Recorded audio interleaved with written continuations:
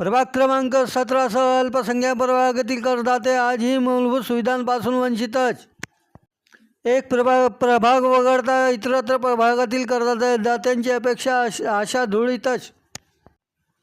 भुसावळ नपातील दोन्ही गटात समन्वय घडवून विकास कामाकडे लक्ष केंद्रित करणार करदाते रहिवासी शिष्टमंडळ. नपा भुसावळ सभेत एक प्रभाग वगळता इतरत्र अल्पसंख्याक प्रभागातील करदात्यांची पुनश्च आशा अपेक्षा धुळीतच मिळत असल्याचे संकेत सभेतून दिसून आले आहेत. यामुळे करदाते रहिवासीमध्ये मोठ्या प्रमाणात संतापाची लाट पसरताना चित्र दिसून येत असून आम्हाला राजकारण नव्हे आमच्या प्रभागांचा विकास हवा अशी ओरड निर्माण होत आहेत. भुसावळ नपातील पूर्वीचे विरोधक आजचे सत्ताधारी म्हणा की पूर्वीचे सत्ताधारी आजचे विरोधक दोन्ही गटांमध्ये म्हणजे राजकारणच दिसून येत असून आपले वर्चस्व अस्तित्वाची लढाईमुळे चढाओढमध्ये मात्र करदाते रहिवासी भरकटले जात आहेत. दोन्ही गटांचे उद्देश विकास कामांचे की आपल्या गटाच्या वर्चस्वाची वा देशभावनेची रस्सीखेच सुरू असल्याचे म्हणावे लागेल असे सर्वसामान्यांमध्ये चर्चेचा विषय ठरू लागला आहे. कारण तेव्हाचे चौधरी गटाचे म्हणजे नगराध्यक्षांकडे विरोधकांनी विषय मांडावे तर आताचे सत्ताधारी लोणारी गट म्हणतात नगराध्यक्षांकडे विषय मांडून राजकीय द्वेषभावना बाजूला सारून संवाद करा असे नुकतेच झालेल्या नपा सभेत नंतर प्रतिक्रिया बघावयास आली असून दोघांची भाषा एकच परंतु मते भिन्न दिसून येत आहेत आणि ते आजही दिसून येत आहे. आणि वर्षानुवर्षापासून प्रभाग क्रमांक 17 सह इतरत्र अल्पसंख्याक प्रभागातील करदाते रहिवासी मूलभूत व विकास कामांपासून त्यांना वंचित राहावे लागणार व उद्देश दोघी गटांच्या वागण्यावरून दिसून येत असल्याने प्रचंड संतापाची लाट उठून निघून राहिली आहेत.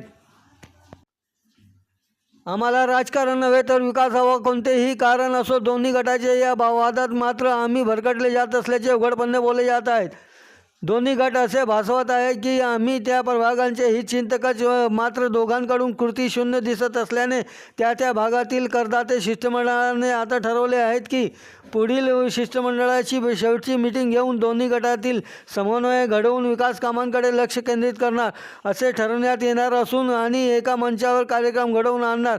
तरीही दोन्ही गटांनी जर समन्वयाची तयारी दर्शवली नाहीत एक गट समन्वयासाठी तयार असला आणि दुसऱ्या गटाने विरोध दर्शविल्यास तो गट फक्त नावापुरतेच रहिवासींचे हित साधत नसल्याचे व त्या गटास त्या भागाचा विकास नव्हेच असे समजणे चुकीचे ठरणार नाही असे आता उघडपणे प्रतिक्रिया उमटू लागली आहेत.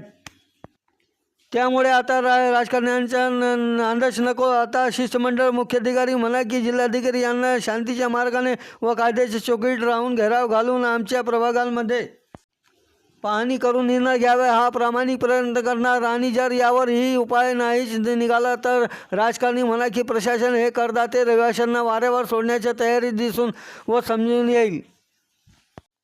आणि आम्ही राजकारणाने नव्हे तर कर भरतोय प्रशासनास आम्हास रस्त्यावर उतरण्यास प्रवृत्त करीत असल्याचे समजून करदात्यांचा आक्रोश विशाल मोर्चा धडकणार नपात असे करदात्यांकडून आक्रोशातून बोलले जात आहे. तरी प्रशासन जागे होऊन न्याय देत नसतील तर मुख्याधिकारी जिल्हाधिकारी यांच्या विरोधात आमच्या मूलभूत सुविधांसाठी हक्कांसाठी न्याय मंदिराची पायरी चढून संविधानाच्या मार्गाने न्याय मागणार व आम्हाला देशाच्या संविधानावर व न्यायदेवतेवर विश्वास आहेत व तेथे आम्हास न्याय नक्कीच मिळणार अशी अपेक्षा करदाते रहिवासी शिष्टमंडळ ठेवून आहेत. त्यापूर्वी काढण्यात येणाऱ्या मोर्चात काही अनुचित प्रकार घडल्यास याचे सर्वस्व जबाबदार मुख्याधिकारी व जिल्हाधिकारी यांना धरले जाईल अशी ही प्रतिक्रिया आता उमटू लागली आहे.